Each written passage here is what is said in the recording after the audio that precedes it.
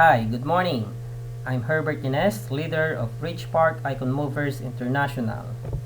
Welcome to Long Ridge Basic NDO, New Distributors Orientation.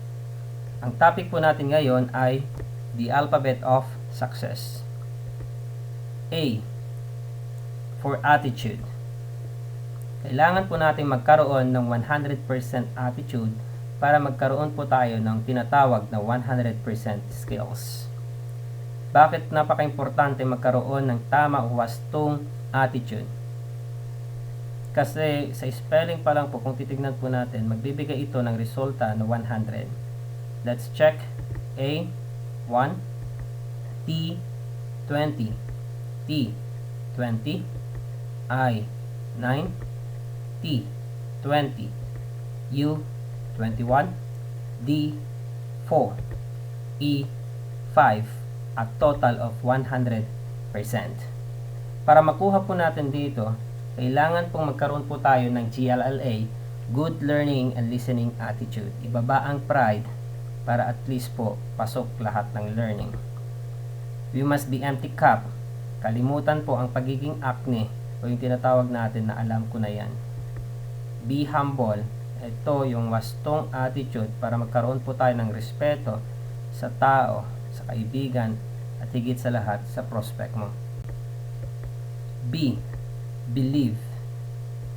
100% you must believe in God, the upline of all uplines. Maniwala ka na siya ang nagbigay sa iyo ng oportunidad na to. Believe in company, believe in your products as you use the product and share the product. Believe sa owner kasi siya ang dahilan kung bakit ka nagkaroon ng oportunidad. Maniwala ka sa upline mo na siyang nagpakilala ng oportunidad sa iyo. Paniwalaan mo ang downline mo kasi sila ang negosyo mo. Maniwala ka rin sa crossline mo kasi sila ang makatulong po natin sa negosyo. At higit po sa lahat, maniwala ka sa sarili mo na kaya mong abutin ang pangarap mo. C. Commitment. Commit to your goals, dreams, family, and team.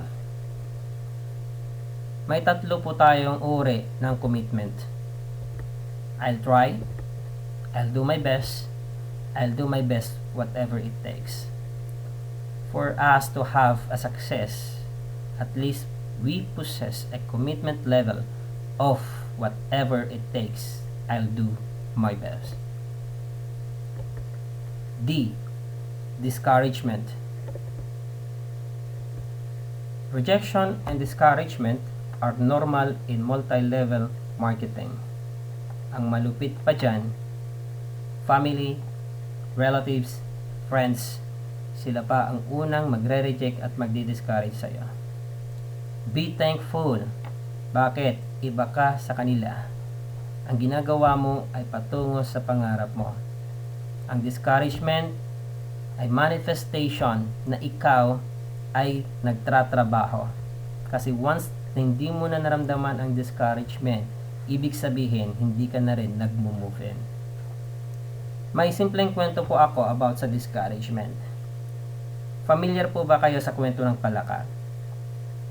Na itong palaka po na ito, na habang nag-jump po siya, nagkataon po na sa harapan po niya may balon. Nahulog po ang palaka na to sa balon. Sa loob ng balon, madumi, mabaho, maraming basura, at higit sa lahat, marami ding nahulog na palaka. Itong palaka na po ito, pilit ang sarili na makalabas. Para makalabas po siya, ang ginagawa po niya, paulit-ulit siyang nag-jump up. Jump up. Pero, ang mga kasamahang palaka ay pinagtatawanan siya. Kinukutya siya. Dine-discourage siya. Ang sinasabi, maliit na palaka, itigil mo na yan. Nasubukan na namin yan. Hindi namin nagawa. Mapapagod ka lang at wala kang patutunguhan. Pare-parehas tayong mamamatay dito sa balon. Pero, paulit na nagtatalon-talon ang palaka.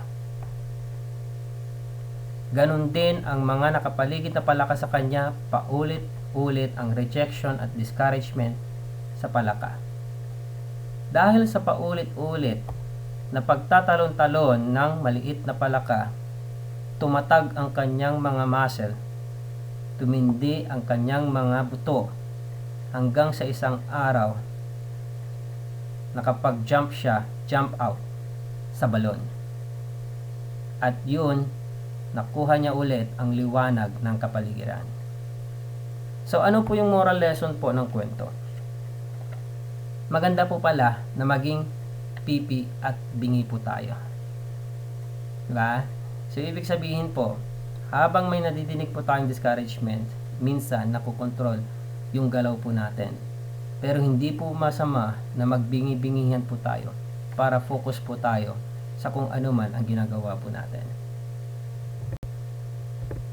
E. Excitement.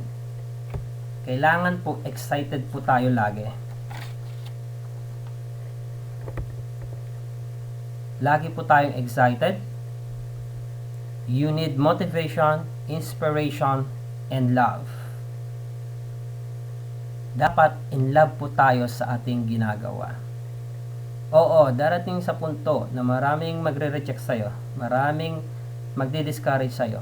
Pero once na in love ka sa ginagawa mo, wala nang laki o wala nang epekto sa'yo ang mga ito. So dapat, you must be in love at excited ka lagi. F. Focus. Must have one direction para at least po mas mabilis ang iyong tagumpay. No U-turn. Wala pong shortcut po sa pagyaman. Okay? May mga reason po kung bakit ang mga tao na nagsisimula sa negosyo ay nag-fail. Minsan, they got easily distracted. Madali po silang masilaw sa mga pangako ng mga bagong oportunidad o kampanya. Minsan, hindi sila nakukontento kung ano yung kinita nila. Wala pong madali sa pagyaman. Nasa proseso po tayo. Pag kumita ka, pasalamat ka. Pero, dapat mong tandaan, ang laki ng kita mo ay katapat niyan ng laki ng pag-unawa, laki ng trabaho mo, at laki ng learning mo sa negosyo mo. G. Goal setting. Dapat meron kang tina-target. You must have target. And your goal must be SMART. Okay? SMART. S. Specific. M. Measurable. A. Attainable. R. Realistic. T. Time-bounded. So, goal setting po natin, kailangan talaga, essential na meron po tayong goal or target. Kasi, kung wala kang tina-target, para kang naglalaro ng basketball na walang ring. In the end, shoot ka ng shoot, takbo ka ng takbo, pasa ng pasa, walang puntos. Bakit walang puntos? Walang ring.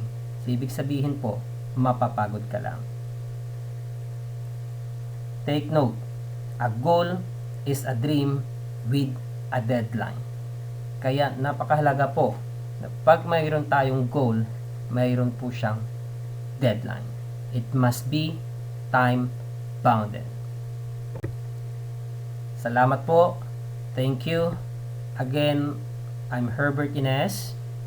For more information, you may contact me in my Viber, WhatsApp, 329-608-7276. Email, herbertines9581@gmail.com. Facebook, Herbert Ines. Website, www.longreachrsIconmovers.webs.com.